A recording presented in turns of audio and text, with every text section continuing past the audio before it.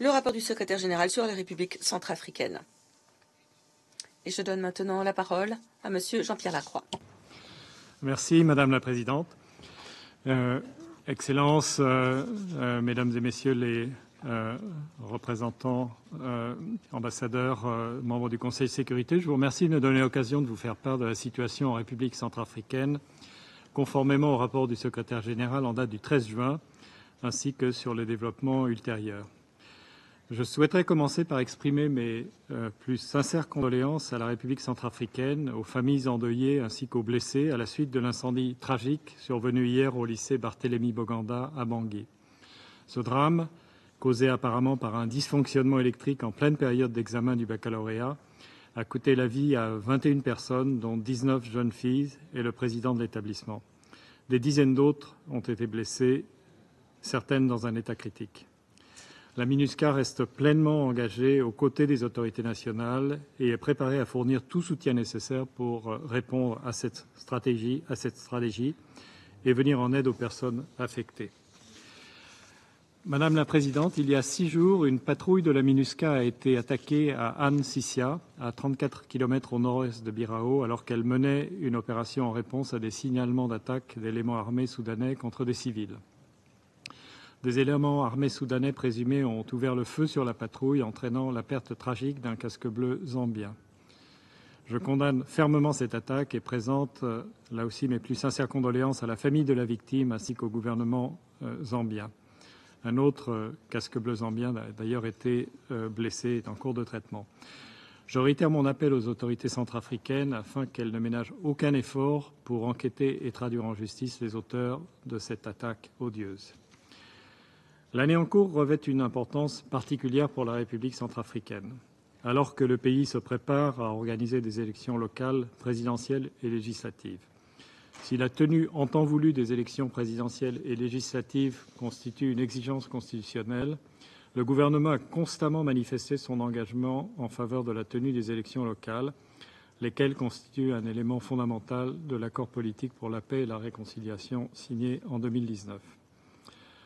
Reconnaissant leur portée stratégique, ce Conseil a mandaté la MINUSCA pour fournir un appui électoral à l'ensemble de ces scrutins. Ces élections représentent une opportunité cruciale pour renforcer la gouvernance démocratique, promouvoir la réconciliation nationale et consolider la stabilité à long terme. Malgré une forte volonté politique, les élections locales ont été reportées à plusieurs reprises en raison de défis financiers, techniques et logistiques, défis que le gouvernement et l'autorité nationale des élections, ANE, s'efforcent de surmonter avec l'appui de la MINUSCA.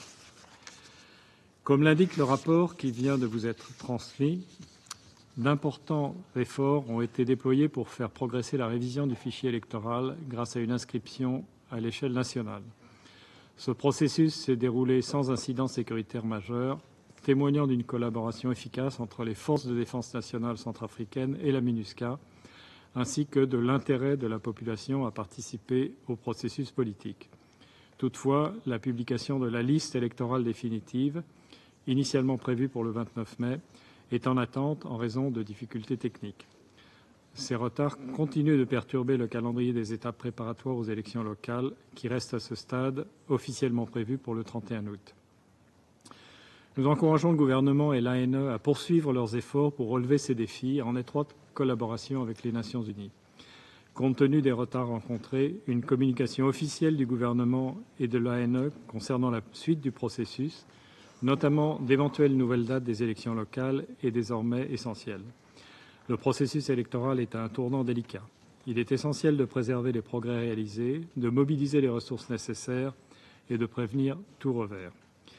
La situation politique demeure marquée par la méfiance et des tensions entre la majorité au pouvoir et l'opposition, notamment le bloc républicain pour la défense de la Constitution du 36 mars 2016, ou BRDC. Madame la Présidente, l'accord du 19 avril entre le gouvernement et les dirigeants des groupes armés Retour, Réclamation et Réhabilitation, 3R, et Unité pour la paix en Centrafrique, UPC, accord visant à cesser les hostilités et à réintégrer l'accord politique, facilité par les autorités tchadiennes, ouvre la voie à une avancée du processus de paix et à une coopération bilatérale renforcée avec le Tchad. Les parties à l'accord du 19 avril s'efforcent actuellement de le respecter et de produire des résultats concrets sur le terrain. Bien que des progrès importants aient été réalisés au fil des ans pour étendre la présence et l'autorité de l'État, les violences perpétrées principalement par des groupes armés et des milices continuent de compromettre la stabilité et représentent une menace importante pour les civils, les forces nationales, les acteurs humanitaires et les casques bleus.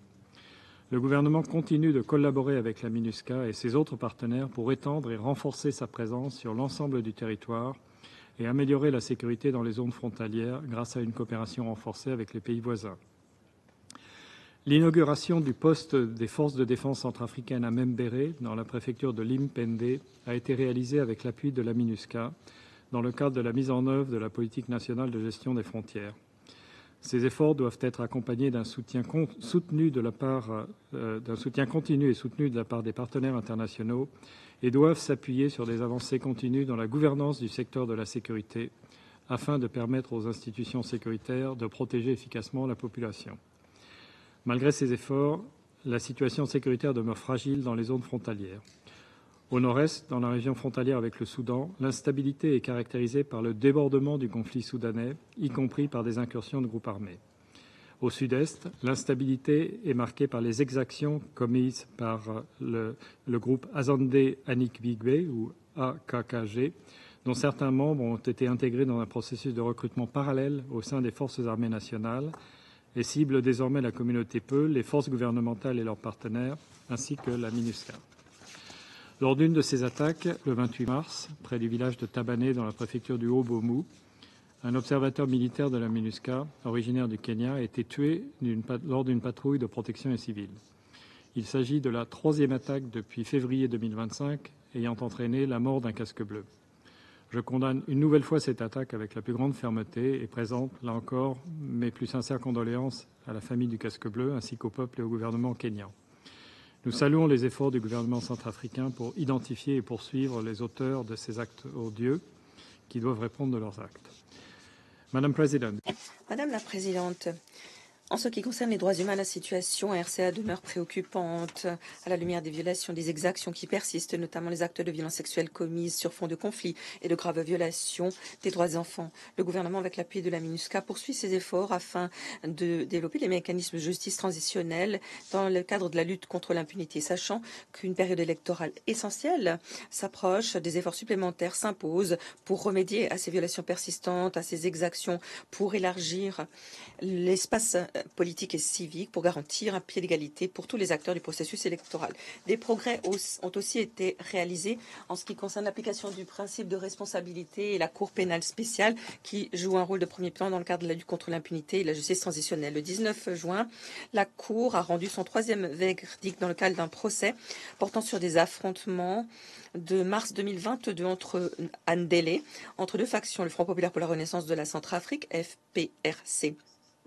Cependant, la Cour entame désormais une phase critique qui existe des ressources humaines et financières accrues afin de pérenniser et d'étendre ses activités. Faute de financement volontaire, les activités de la Cour risquent d'être menacées d'ici septembre de cette année, ce qui reverrait à saper nos investissements collectifs de la dernière décennie. J'exhorte les États membres à fournir l'appui nécessaire à la Cour afin qu'elle puisse exécuter son mandat jusqu'à 2028. Madame la Présidente, la situation humanitaire demeure complexe, sachant que des besoins urgents dépassent les ressources disponibles. Les acteurs humanitaires ont dû revoir leurs priorités en suspendant les services essentiels pour certains des plus vulnérables. Sur une note positive, le gouvernement a poursuivi ses efforts pour opérationnaliser le plan national de développement et prépare une table ronde de levée de fonds sur le plan national de développement qui aura lieu au Maroc dans les mois à venir. Si le développement à long terme est essentiel, il est impératif que ces efforts soient accompagnés par un appui vigoureux à l'aide humanitaire vitale dont le pays a besoin, tout en garantissant une réponse coordonnée permettant de faire le lien entre les besoins urgents et le développement durable. La MINUSCA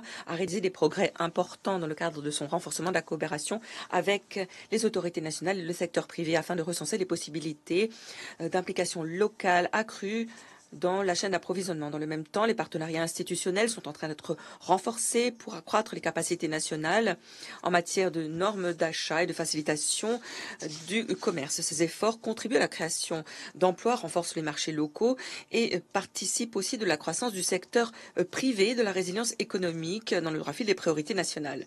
La République centrafricaine est un carrefour délicat. La tenue d'élections locales, législatives et présidentielles offrira l'occasion unique de renforcer la gouvernance démocratique et d'améliorer la réconciliation nationale. Cependant, il s'agit de processus politiques sensibles. L'appui de tous les partenaires de la RCA, y compris du Conseil, demeure essentiel. La MINUSCA continuera à jouer le rôle qui lui revient et je demande à tous les États membres de veiller à ce que la mission soit dûment équipée et toutes les ressources nécessaires pour exécuter son mandat. À la lumière des progrès fragiles enregistrés, nous devons les consolider et renforcer l'appui de la communauté internationale pour aider le peuple et le gouvernement à réaliser leurs aspirations et faire advenir une paix durable. Ces efforts sont pérennisés, la République centrafricaine peut potentiellement devenir un réel exemple de succès, non seulement pour la population nationale, mais aussi pour le maintien de la paix et le Conseil de sécurité. Je vous remercie. Je remercie M. Lacroix pour son